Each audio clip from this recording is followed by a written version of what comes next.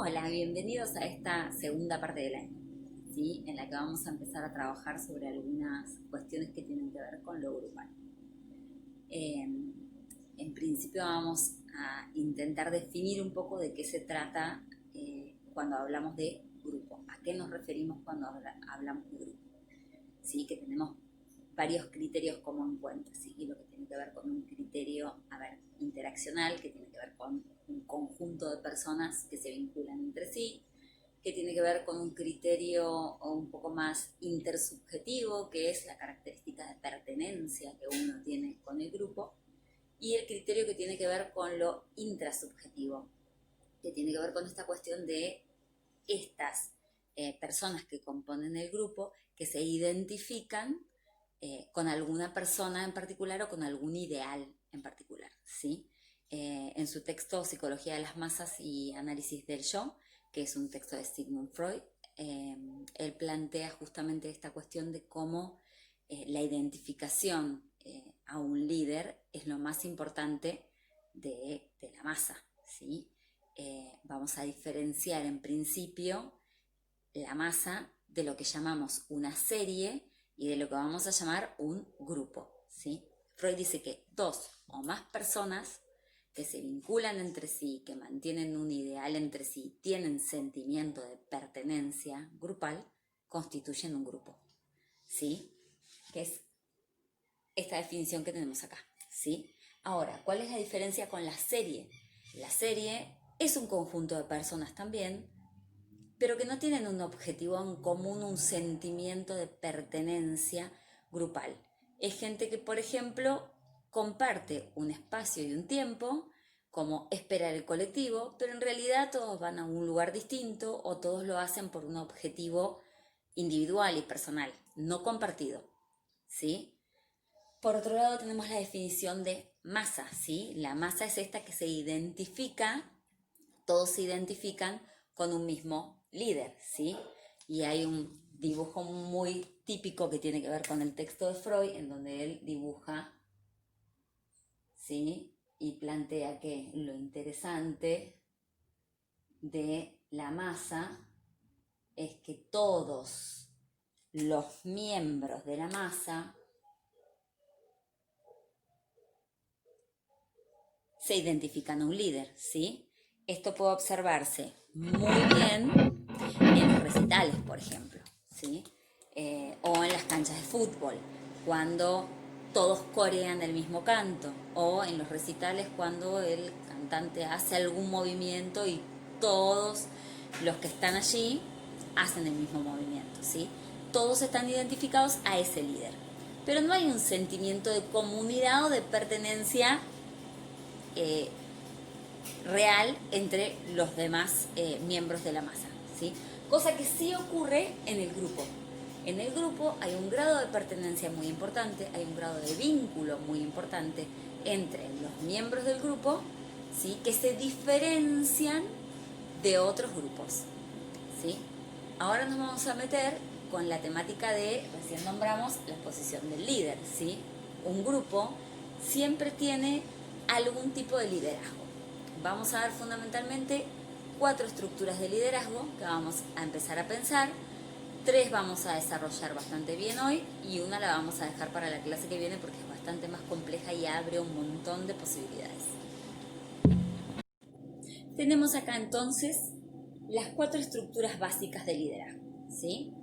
Eh, ¿En qué se basan estas estructuras? En la posición que el líder ocupa en ese grupo, ¿sí? En la forma de vincularse del líder para con sus seguidores, ¿sí? En principio tenemos la estructura de liderazgo autocrática, ¿sí? Un liderazgo que es de alguna manera impuesto por el afuera, ¿sí? No es elegido por el grupo, es de alguna manera impuesto y utiliza determinados elementos de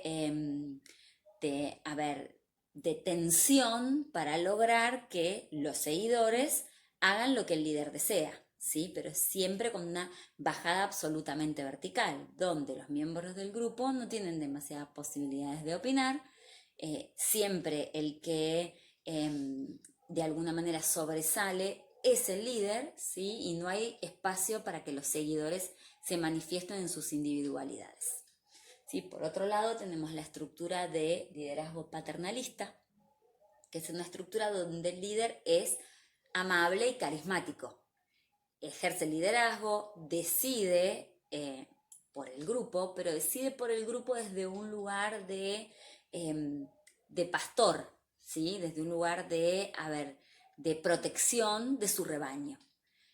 Entonces, muchas veces el grupo se siente absolutamente cuidado y protegido por este líder, pero la particularidad que tiene es que en realidad el líder lo decide por una cuestión individual, no decide necesariamente para proteger al grupo. Entonces, este liderazgo permite una contención grupal importante porque el grupo se siente contenido, pero no permite que las individualidades se luzcan, es decir, no permite que ninguno de los seguidores crezca.